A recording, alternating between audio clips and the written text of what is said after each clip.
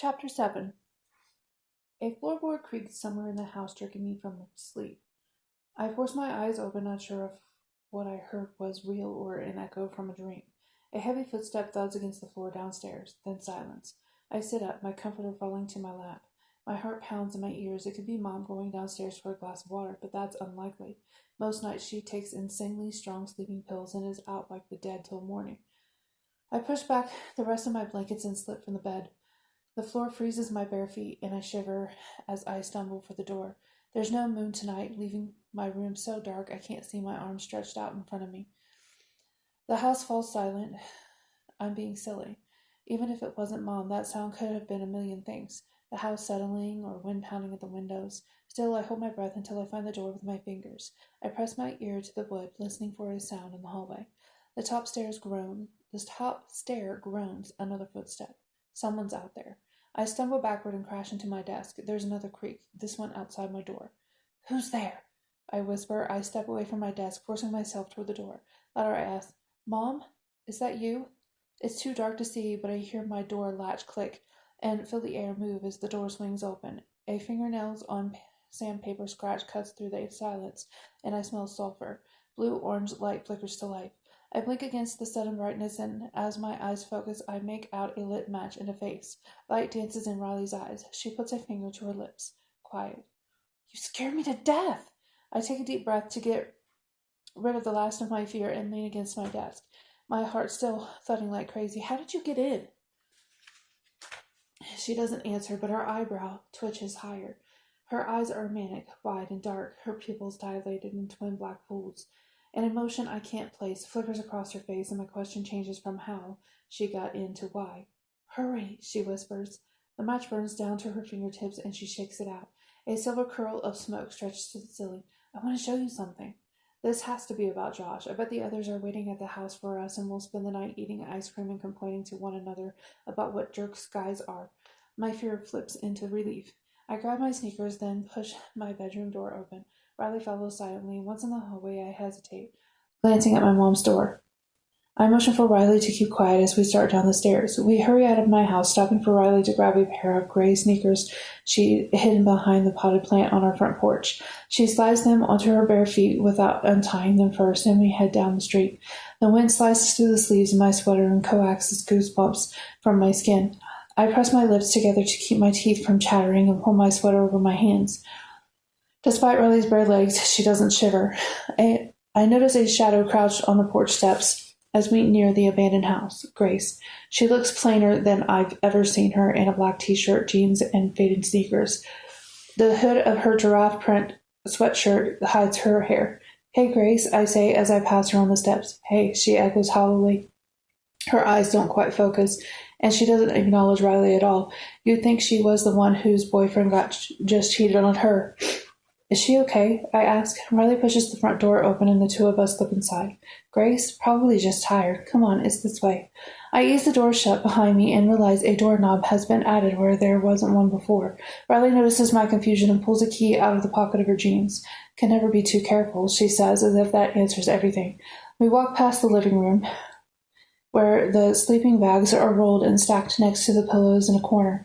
None of the tea lights are lit, and it makes this place feel emptier than before. I realize how alone we are out here, with nothing but dirt and the skeletons of half-built houses surrounding us. Wind rattles the plastic at the windows. I imagine it rolling over miles of empty land to press against this house, and suddenly it seems strong enough to rip off walls. We're going to the basement, Riley says, opening a door I thought was a closet. I peer down the stairs, but I can't see past the concrete wall below. The rest of the basement is dark. What's down there? A surprise, Riley says. The first step creaks beneath her bare foot. She takes me by the arm. Don't be scared. I start down the stairs with her focused on placing one foot in front of the other. Cold air creeps in through the concrete walls and floor, holding a damp scent of dust and something I can't place. I wrinkle my nose as we make our way down. It smells metallic, like pennies. There's a muffled whimper deep in the basement, like someone crying into a pillow. I freeze on the bottom step. Riley?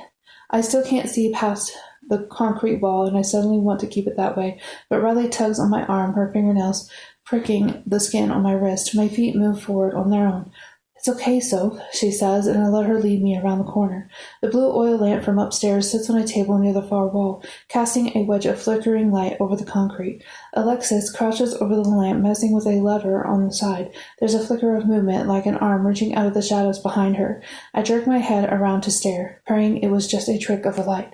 The lamp's tiny flame dances higher, illuminating Brooklyn's crumpled body. Duct tape winds around her mouth and cheeks, plastering her short, sweaty hair to her head. She's tied to a wooden pillar in the middle of the room, her arms pressed against her sides and her legs trapped beneath her. Fear rises in my chest, but I push it back down. This is a joke. They must have set it up to mess with me. I laugh nervously, but then Brooklyn raises her head and shakes the matted hair from her eyes. Her gaze shifts to mine, and it's like I've been plunged in cold water. The fear in Brooklyn's eyes is real. Riley? My voice is hoarse, a whisper. What did you do? What did I do? Riley's voice hits the concrete like a slap. Brooklyn jerks at the sound, but her red eyes stay fixed on me. We talked about this, Sophia. Riley crosses the room to Alexis and picks up a black backpack. She reaches inside and pulls out a butcher knife. Brooklyn breathes in through her nose with a shaky sob, and I throw a hand over her mouth. Shit! Riley, why do you have that? I'm going to get the evil out of her. Riley turns the knife to catch the glare of the lamp. I glance back at Brooklyn. The ropes rubbed the skin around her wrists raw, and her hair is drenched with sweat, but otherwise she's unhurt. She mostly just looks scared. I exhale. There's still time to fix this. Riley, give me the knife, I say, holding out my hand. The blade distorts my reflection, making my forehead too long, my eyes beady pricks of black. I look like a monster. Don't be silly, Sophia. Riley pulls the knife to her side and wraps her fingers around it possessively. We talked about this. You said we're in this together. Riley's delusional. We talked about helping her, not kidnapping her. Brooklyn hasn't taken her eyes off the knife. Her face twists in fear, crinkling the edges of the duct tape. I start to cross the basement, but Alexis steps in front of me, blocking my way. Let me through, I demand. Alexis crosses her arms over her chest and glances at Riley over my shoulder. Brooklyn shifts on the concrete behind her. The ropes binding her wrists tighten with a groan as she moves. Alexis, we have to untie her. This is for her own good, Sophia. Riley steps up behind me and places a hand on my shoulder to prevent me from moving any closer to Brooklyn. A chill spreads from the tips of my fingers to the small of my back. Alexis, did you pack everything? Riley shifts the backpack in her arms, grimacing under its weight. I think so. Alexis watches Riley from beneath the veil of her own pale, white blonde hair. I can't tell if she's as freaked out as I am, but it's obvious she's not going to do anything to stop this. What's in there? I ask, eyeing the backpack. Very important supplies. Riley unzips the bag and removes jars of water and salt, 3 bottles of wine, and a heavy leather-bound Bible. She sets the items on the floor and reaches into the bag again. I expect more knives, but Riley pulls out a wooden cross. Suddenly something clicks. This is an exorcism. Lexi taught me how to perform one, Riley says. She sets the knife down on the floor and picks up the bottle of wine, yanking out the cork. We're going to draw the demon out of Brooklyn, Alexis explains. Most priests use holy water or a cross, sometimes blessed salt. I decide to skip over the demon comment and move to the most obvious flaw in their plan, but none of us is a priest. We don't need to be, Alexis says. That's what I was telling Riley. Anyone can perform an exorcism as long as they're filled with Holy Spirit, and the more true believers you have with you, the stronger you are. With you and Grace, we have 4. Don't be scared, Soph, Riley says, taking a drink of wine. This'll be fun. I nod woodenly, and none of their supplies are too terrible, aside from the knife. Maybe they'll just throw some water at Brooklyn and chant for a while. They probably only brought the knife to freak her out, punishment for screwing around with Josh. I breathe in deeply, trying to calm my nerves. This could still be okay. But then I glance up, meeting Brooklyn's red-rimmed eyes. Her shoulders rise and fall in silent sobs and sweat, and tears mingle with her eyeliner, sending thick black lines streaming down her face. This isn't a prank. Riley didn't say she wanted to punish Brooklyn. She said she wanted to save her. And for some reason that involves a knife and holding a girl prisoner in the basement. I can't do this, I say. I ease my foot off the floor and move it behind me, slowly backing toward the staircase. My legs are so numb I worry I might collapse. I have to go. I turn and stumble toward the staircase without waiting for Riley to answer. When I reach the concrete wall, I break into a run, my shoes slipping against the steps. My brain is moving too quickly, telling me I'm overreacting, that nothing's wrong. At the same time, my palms start to sweat and my knees shake. My body wants to get as far away from here as possible. Once I'm through the basement door, time speeds up. My heart pounds in my ears, making it impossible to think. I tear through the kitchen, moving so quickly I smack an arm against the doorframe and stumble into the hall, landing hard on my knees. Pain shoots up my legs, but I grit my teeth and push myself to my feet and run. The shadows in the living room seem to reach for me as I race past. I glance outside when I get to the front door, but Grace isn't on the porch anymore. I don't stop to think about where she might have gone. My hands tremble so badly the doorknob rattles as I work the lock, but finally my fingers manage to twist the deadbolt. I turn the knob and pull. The door doesn't budge. I pull harder. The knob turns easily, but the door itself stays firmly shut. Finally, I glance up. There's a lock screwed into the doorframe, held shut with a heavy metal padlock. Shit!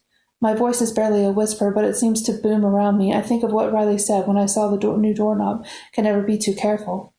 I stumble back down the hall, pulling open the first door I see. It's a bedroom with 2 windows on the far wall. I race across the room and feel for the edge of the window with my fingers. My hand brushes against metal. My heart sinks. Nails line the window frame, sealing it shut. Some are driven deep into the wood, and some are long and crooked, jutting awkwardly out of the frame. A single bent nail lies on the seal, next to a wobbly sketch of a heart that someone etched into the wood. For a long moment, I just stare at the nails, trying to keep myself from hyperventilating or dissolving into tears. Riley isn't crazy enough to lock us all in here, to nail the windows shut so we can't leave. But even as this thought occurs to me, I know it's exactly what she's done. I'm trapped here with her. We all are. My legs shake as I move backward. I start opening doors at random, desperately searching for an exit Riley might have missed. My breathing gets more ragged as I run from one empty room to another. I claw at the nails in the window sills until my fingers bleed, but they don't budge. Riley must have used a nail gun. Finally, I stumble into a bathroom. There's only one window here, the kind you crank with a lever to open. There aren't nails sticking out of the frame. I release a shaky, desperate sob. I grip the lever with both hands. The plastic notch digs into my skin as I yank it around and around. The window jerks and starts, opening at an angle and letting cold air seep into the bathroom. Clouds hide the moon, leaving the night perfectly dark. Cicadas buzz in the grass. I stop cranking once there's a gap wide enough for me to climb through. The cicadas sound louder, but maybe that's just because my heartbeat has slowed. I'm going to make it. I'm going to get out of here, and I'm going to call the cops. Wiping my sweaty hands on my jeans, I lean forward, knuckles white as I wrap my fingers around the seal. A hand slaps the outside of the glass, slamming the window shut on my fingers. Bright, hot pain rips through my hands. I cry out and try to pull away, but the window pins my fingers in place. The clouds move, bathing Riley in moonlight. She studies me with those gray eyes, then leans into the window with her shoulder, pressing it against my fingers. Can't let you leave, Soph. Riley moves away from the glass and the window swings open. I snatch my hands away, my breathing ragged. Blood oozes around the knuckles and drips down my wrists, staining the sleeves of my cardigan. Clean yourself up, Riley says. We're just getting started.